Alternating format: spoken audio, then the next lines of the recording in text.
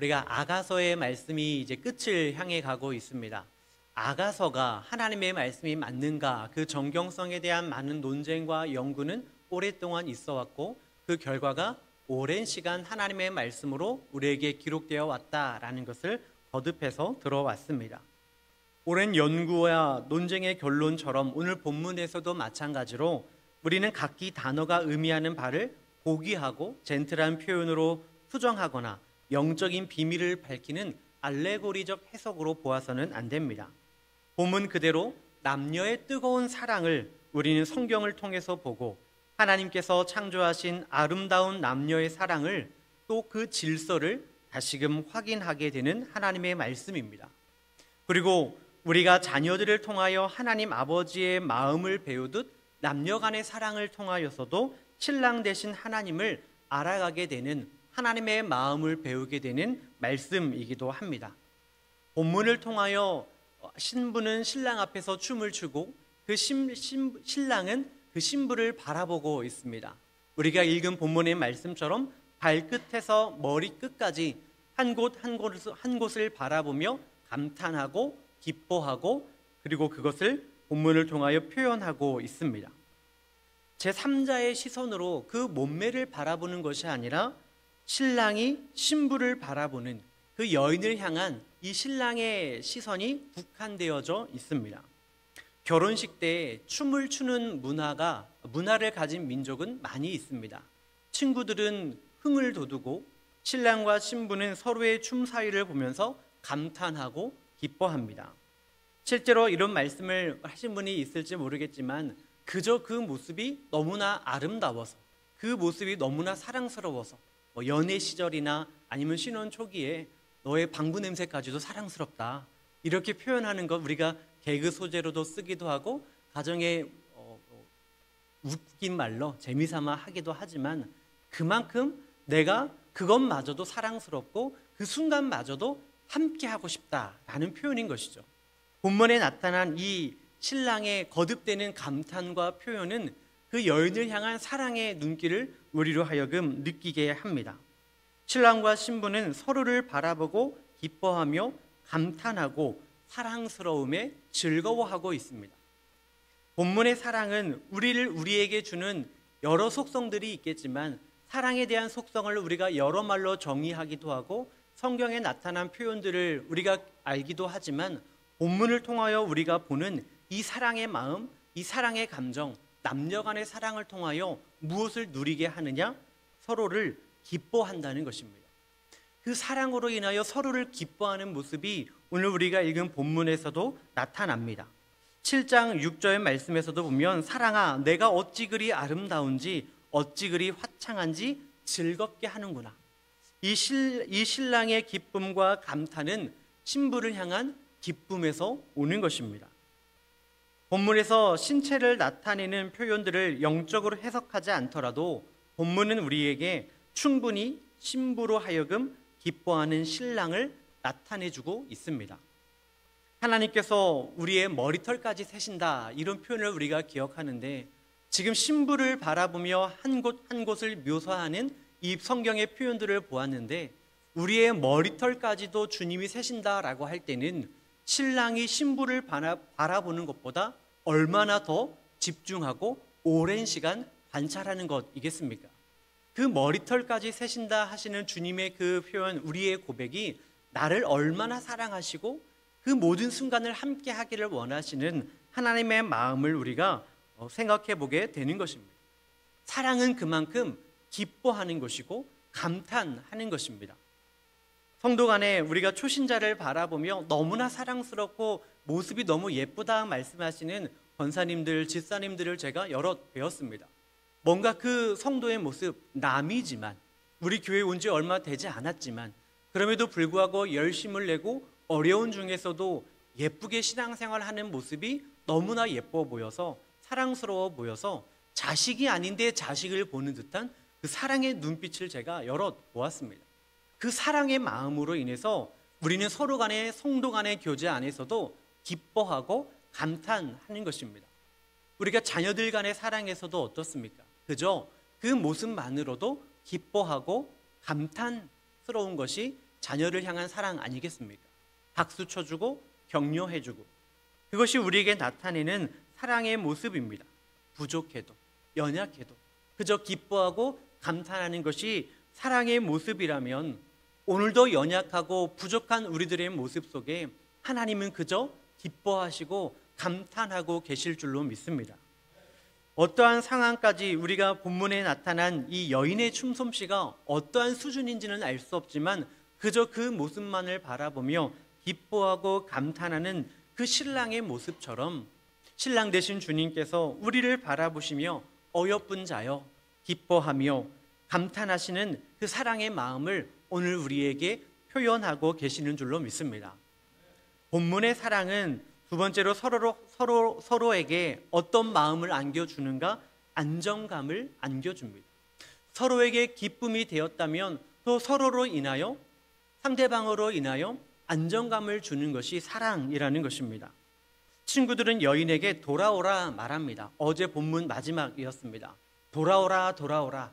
그러나 여인은 신랑에게로 달려갑니다. 7장 10절부터 13절의 고백, 여기서 신부는 나는 내 사랑하는 자에게 속하였다 이렇게 고백합니다. 그리고 11절에 우리가 함께 들러가서 동네에서 유숙하자 이렇게 표현합니다. 우리가 구약과 신약을 통틀어서 사회적 약자라고 한다면 고아와 과부와 나그네를 꼽습니다. 이들이 약자인 이유는 사회 안에서 살아남을 수 있는 네트워크가 없기 때문에 그렇습니다.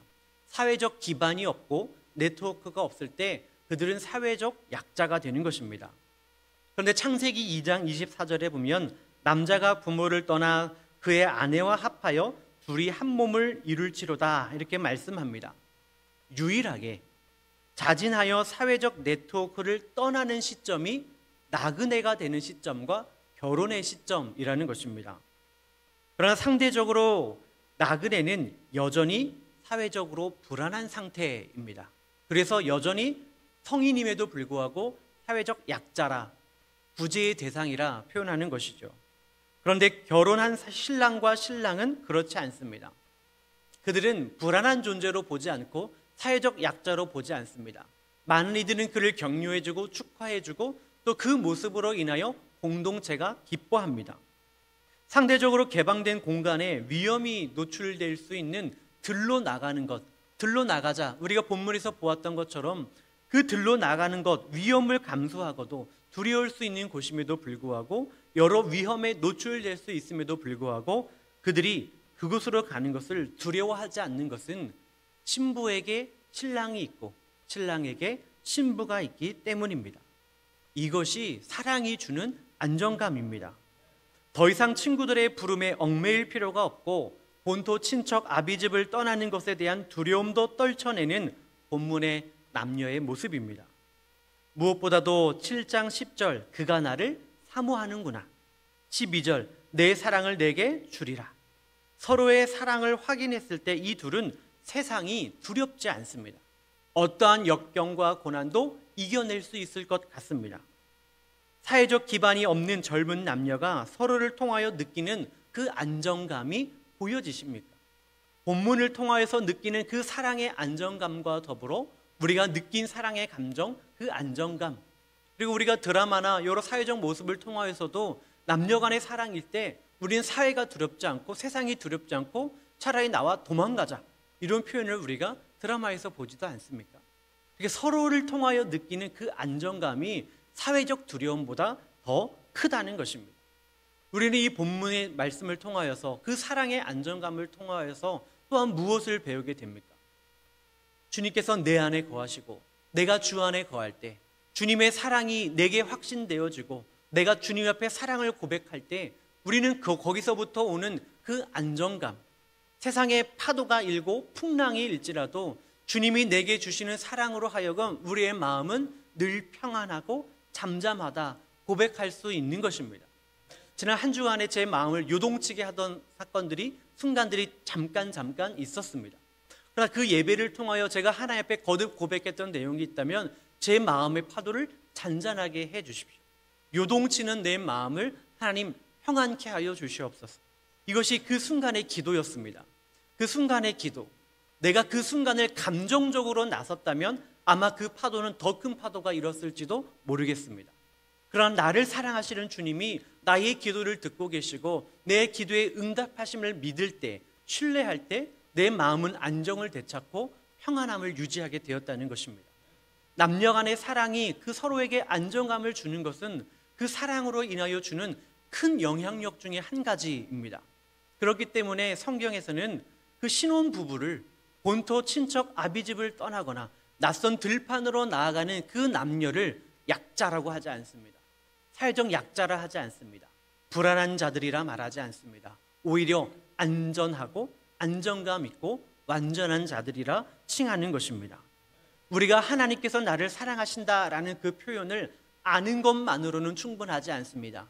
그 하나님을 향하여 나의 사랑을 고백하여 드릴 때 그 완전해진 사랑으로 말미암아 주님께서 우리 안에 거하시고 우리는 주님 안에 거하며 주님의 가지가 되어 많은 열매를 맺게 될 줄로 믿습니다. 안정적인 공급이 없이는 어떠한 나무 가지도 열매를 맺을 수가 없습니다. 주님의 사랑이 우리 가운데 있음을 확신함으로 우리는 주님의 가지가 되어 하나님의 성령의 열매를 맺어가는 성도님들 되실 수 있기를 바랍니다. 본문을 통하여서 우리가 알게 되는 마지막 사랑이 있다면 그것은 하나님의 질서 안에서 사랑은 완성된다는 것입니다. 본문의 남녀의 사랑은 격정적인 육체적 사랑만이 아니라 헌신과 기다림을 포함합니다. 사랑은 상대방을 소유하는 것이 아니기 때문에 그렇습니다. 내가 너를 사랑한다고 하여서 너가 나의 소유가 되었다, 이것이 사랑의 개념은 아닙니다. 남녀 간의 사랑은 하나님이 주신 축복이며 참된 기쁨과 안정을 누리게 합니다. 골로새서에 기록된 말씀을 보면 아내는 남편에게 순종하며 남편은 아내를 사랑하라 이렇게 말합니다.